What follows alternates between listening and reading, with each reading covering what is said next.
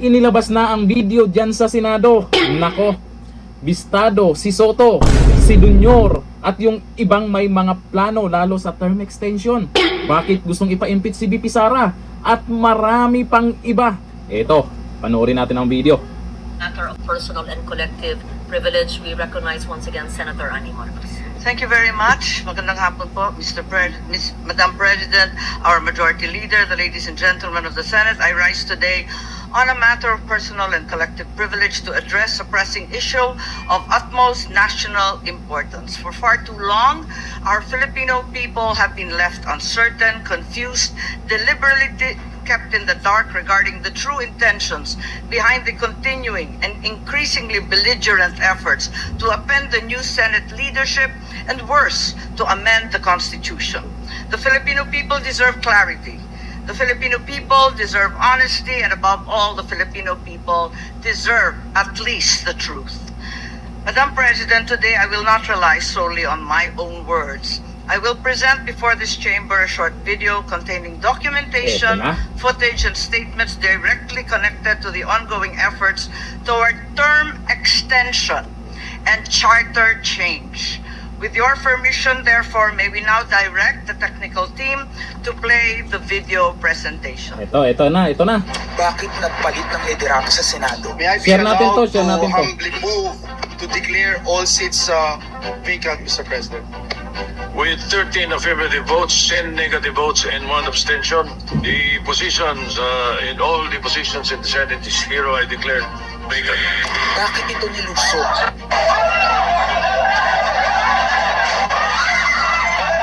Bakit patuloy ang pananakot? Talagang garapalan, obvious na obvious, isa-isa ang majority. Bakit may panggigipit? Pinakakasuhan ng Ombudsman si Senator Rotante Marcoleta ng plunder at indirect bribery. Bakit may pambabaluktot ng kwento? Hindi dito nila ang publiko. Ang kainan ay naganap alas 4 ng hapon. Ang barilan, alas 7. Nagmamalaki nilang may nangamusta. Si Camille Villar ang unang nag-update. Saka sila nagsireply. Last convo, 4 p.m. Next chat, 10 p.m. Bakit may demolition job? Bakit may Bakit hindi matanggap? Napakaraming bakit. At narito mga sagot. Ito. Wasakin muna natin ang kasinungalingan. I, Alan Peter Schramm Cayetano, having been elected to the position of Senate President, Hindi nagpalit ng liderato para sa impeachment. Hindi totoong pinapakalat ng mga nabulaga. Ito this time, medyo nagkabulagan. Ang impeachment ay labanan ng numero. Hindi ang mga Duterte aligned ang dapat mangamba, kundi ang mga sa umpisa pa lang ay may hatol na. Ang sinasabi sir ng ibang mga kritiko, itong Senate leadership shake-up ay tungkol lang daw sa impeachment. Lahat na i-connect. As I told you, may 12 kami. Si Bato is 13. So kahit nawala naman siya, ang pinag-uusapan dito is whether or not you will be able to get 16 votes. Hindi siya pagmumulan ng 16 votes. Wala siya doon eh. 12 kami. Bakit kami magkuku? I mean, 12 na kami kung ang pinag-uusapan lang natin ay impeachment. Actually, 9 lang ang kailangan para ma-dismiss. Yes, 12 kami. So it's more than the required votes. But that's not the point. Ang ano kasi pinipilit nilang i-connect doon. Kaya ako natatawa. Where is the connection there? Gusto pang ipa-inhibit ang mga tinatawag nilang Duterte-aligned senators. Nananawagan pa ng partial kuno at pagiging patas, pero sa publiko, may mga pahayag na hindi makakatakas. While VP Sara is in power, the threat of a full-blown Duterte comeback is still a very real and present danger. Bakit ganito ang desperasyon? Bakit hindi maikubli ang gigil? no. Bakit natataranta ang lahat? Mr. Speaker, I move to endorse to the Senate the resolution setting forth the articles of impeachment. Narito ang pagsisiwala. Noong April 22 sa Soler, nagkita si Tito Soto at House Speaker D para pag-usapan kung ano ang papakialaman sa 1987 Constitution habang nakaupo si Bongbong Marcos. Kasama ni House Speaker D ay si South Cotabato Congressman Ferdinand Hernandez. Kasama ni Soto ay ang dating Senate Secretary na si Mark Mendoza. Kodas ang gusto nilang mode ng charter change. Muling sinusulong sa Kamara ang charter change o pag-amyenda sa konstitusyon sa pamamagitan ng Constitutional Convention. Is something big brewing inside the government to claims of a possible no-election scenario? Ang pag-aamyenda ng konstitusyon sa pamamagitan ng Constituent Assembly. At para makakuha ng suporta sa Senado at sa Kongreso, ito dapat ang mga nilalman. Dapat ma-extend ang termino ng mga senador at congressmen na mawawala na sa pwesto by 2028. Hala. Ang eleksyon sa bawat senador ay magiging by region. Nagdiskusyon sila kung 2 o 3 senador per region. Kinumpute nila kung mayroong 18 regions, nasa 36 o 54 ang magiging senador. Lumutang din ang usapang para hindi makaporma si Inday Sara sa 2028, gawing 50 years old ang edad ng pwedeng tumakbo. Pero nagpanukala rin si Soto na pwedeng gawing 35 years old para kay Vico Soto.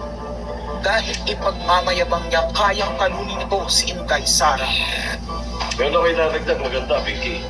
Ibaba natin ang edad ng presidente to 35. Ang galing ng bata ngayon eh.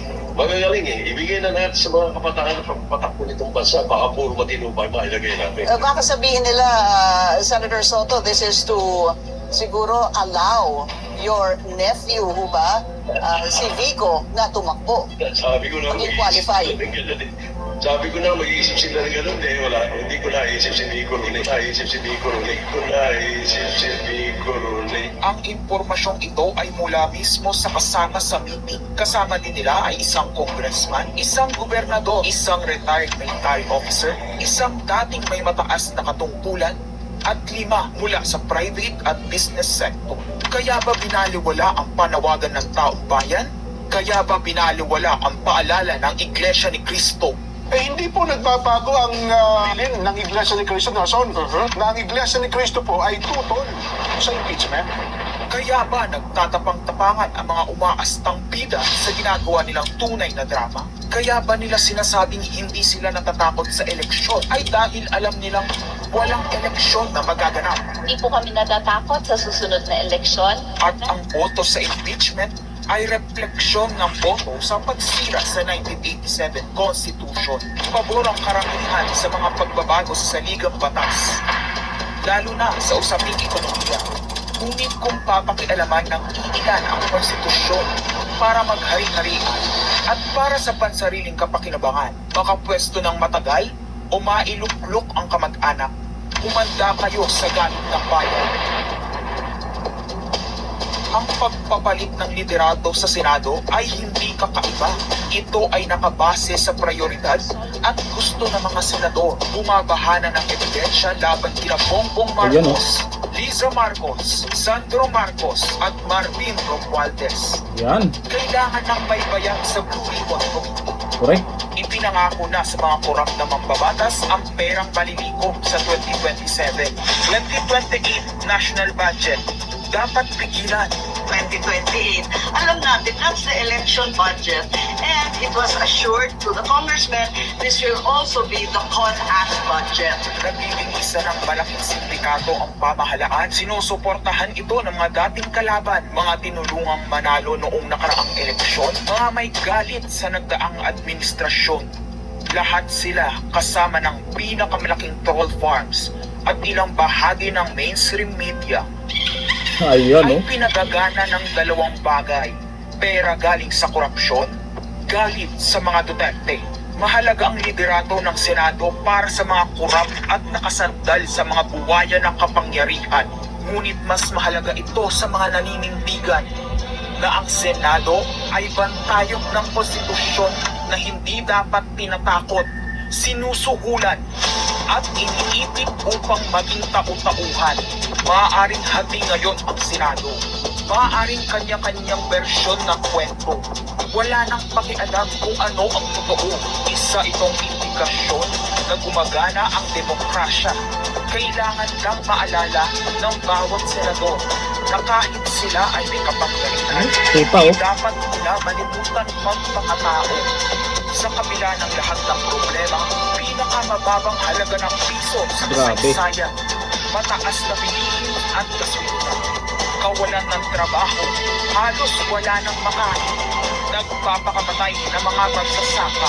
Ang inuuna ay politika, impeachment at kung ano-anong propaganda para mabalik ang kontrol sa Senado ng mga nangako na maisakatuparan ang pagpapahaba ng panahon sa kapangyarihan. Deny yung mga nandoon sa meeting na yon at pabubulaanan yung aking sinabi, then sasabihin ko kung sino ang nagsiwalat sa amin. Kasi magugulantang ang buong bansa pag siniwalat ko kung sino yung nagsabi sa amin. Matinding video yan na inilabas ni Senator Amy Marcos dyan sa Senado. Kaya pagkatapos ng video yan, may mga senador na umangal dyan. Ngayon, at least itong video na ito ay isa sa pwedeng maging malinaw kung ano talaga yung katotohanan. Maganda itong ginawa ni Senator Amy Marcos kasi yung plano nila ay nabuking na. Yung galawan ng mga buhaya, eto, nabuking na. O paano yan? Soto, paano yan? Dunyor, Risa, naku, kitang-kita yung mukha ni Risa dyan, kaka yung isang reporter alam na yung mga plano nyo. Ito naman kasing si Senator Amy Marcos, bigla-bigla na lang may pasabog na naman dyan sa Senado. Malamang may magagalit na naman dyan. Hanggang dito na lang, thank you. Bye-bye.